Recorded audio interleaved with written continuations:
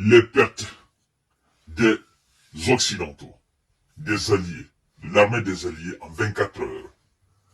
En 24 heures, je vous dis bien, ça donne des maux de tête. Et ça fait couler assez d'encre. Ça prouve à suffisance qu'il n'y a plus rien. Il n'y a plus de force. Il n'y a plus rien dans la réserve. Il n'y a plus d'énergie. Ils ne peuvent pas, mesdames et messieurs.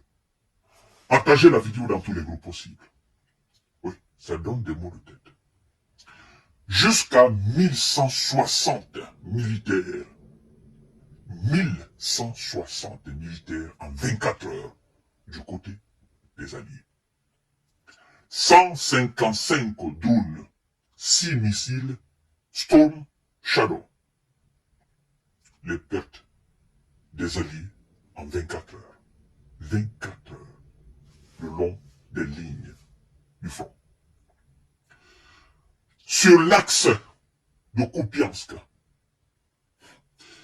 les forces de Vladimir Poutine ont amélioré considérablement leur situation tactique le long de la ligne de front et ont repoussé 2 contre-attaques des Alliés.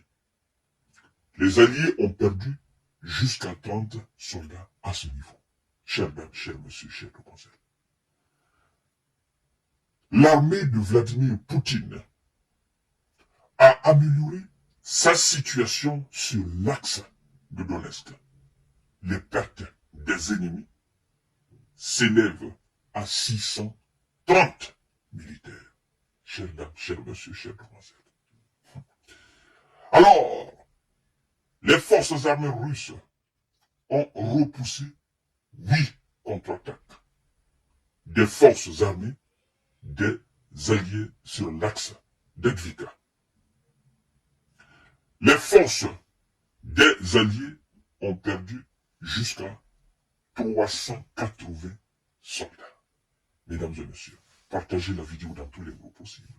Alors, sur l'axe de Donetsk Sud, les forces russes ont amélioré leur situation tactique le long de la ligne de front. Les forces des Alliés, l'ensemble des Alliés, n'est-ce pas, ont perdu jusqu'à 80 soldats à ce niveau.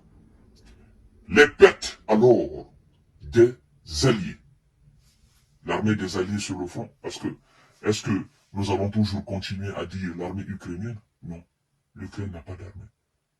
Vous comprenez? Ça n'existe plus. D'ailleurs, il y a une loi qui a été votée pour la mobilisation parce que ça manque énormément d'hommes sur le terrain. La rotation, voilà. Et ceux qui sont sur le terrain, ils sont fatigués. Ça fait maintenant plus de 2 ans, plus de 1 an, une année, plus de 6 mois, plus de 7 mois, des soldats qui sont au front. Il n'y a pas de relais, n'est-ce pas? Il n'y a pas de rotation. Ils sont exténués. Donc, c'est pourquoi la loi a été rapidement votée. Et ils sont allés jusqu'à pour la mobilisation des détenus. Et donc, chers messieurs, la situation est cataclysmique. Les pertes alors des, n'est-ce pas, effectifs de l'armée des Alliés sur l'axe de Kherson s'élèvent à 40 militaires. Alors, chères dames, chers messieurs, chères demoiselles, nous faisons tout cela pour vous dire combien de fois actuellement naturellement, les Ukrainiens et leurs alliés occidentaux sont en train de subir la puissance de l'armée russe. Et qu'est-ce qu'on est en train de faire là? Vous savez, l'armée russe est devenue le rouleau compresseur. Elle sait pertinemment que actuellement, ils sont en véritable position de force. Et donc, elle est en train d'appuyer, mais d'une façon très très lourde, très très puissante. Et ceux qui sont là, qui font face à, n'est-ce pas, la minorité, n'est-ce pas, de l'effectif occidental, ceux qui sont là, on rajoute. Ils appuient. Il n'y a même pas de répit. 24 heures sur 24, ils appuient. De l'autre côté, il n'y a pas de rotation. Et de l'autre côté, ceux qui sont là, ils sont appuyés. Et ceux qui viennent appuyer sont aussi appuyés. Sans même parler des vecteurs aériens.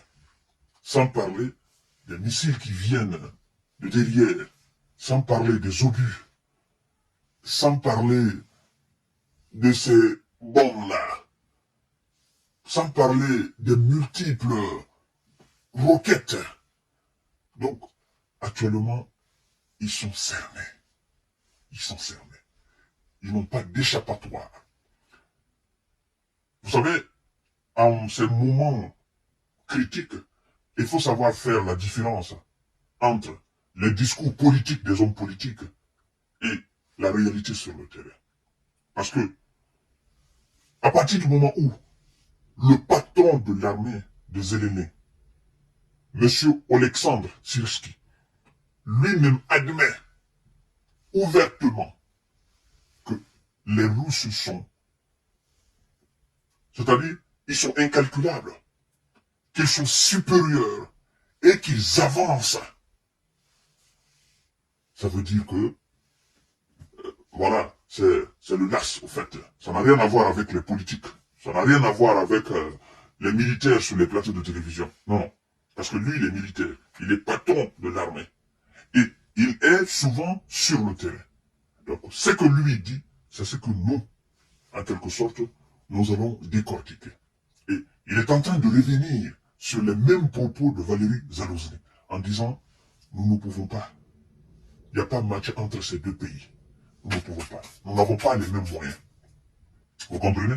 C'est pourquoi l'ex-officier du renseignement, de l'agence de renseignement américaine, hier, a dit clairement que d'ici la fin même de cette année, que l'affaire sera close sur le terrain. Que les gars ils vont reculer, ils iront de battre en retraite à battre en retraite, à petit pas, petit pas, petit pas, et puis voilà, ça va se terminer en queue de papillon en fait. Vous comprenez? Chacun va se chercher et on va laisser le terrain définitivement à la Russie qui va certainement arrêter, n'est-ce pas, son offensif, va mettre quelque chose, une administration sur place pour éviter un nouveau chaos aux civils qui sont, n'est-ce pas, encore sur le terrain. Vous comprenez? Parce que ça va se passer comme ça. Ils vont battre en retraite, hein, et par finir, il n'y aura plus de soldats devant. Et quand il n'y a plus de soldats devant, ça veut dire que pour l'opération spéciale militaire russe, il n'y a plus. Parce que on se bat contre des soldats. Mais s'il n'y a pas de soldats, les civils, on ne fait rien avec les civils. On les dit tout simplement rester calme. On met une administration en place, on contrôle tout le territoire. Et puis voilà, les civils vaguent à leur occupation. Et puis voilà, ça devient la Russie, définitivement. Et toute personne alors qui va s'attaquer à cette partie de la Russie va, va subir, n'est-ce pas, les rigueurs de la loi militaire russe. Et c'est ce qu'on est en train d'assister petit à petit. Et c'est pourquoi tout le temps nous disons négocier, négocier, négocier. Ils ne comprennent pas. Donc chaque jour, il y a des pertes. Chaque 24 heures, il y a des pertes. Il y a des bilans. Et c'est pas leur avantage au fait. Voilà, chers dames, chers messieurs, chères demoiselles. À tout à l'heure pour notre série d'informations de décortiquage. Partagez la vidéo dans tous les groupes possibles. Abonnez-vous sur cette page et activez la cloche de notification pour ne plus rater mes vidéos. Je vous souhaite une excellente journée de mercredi et merci beaucoup.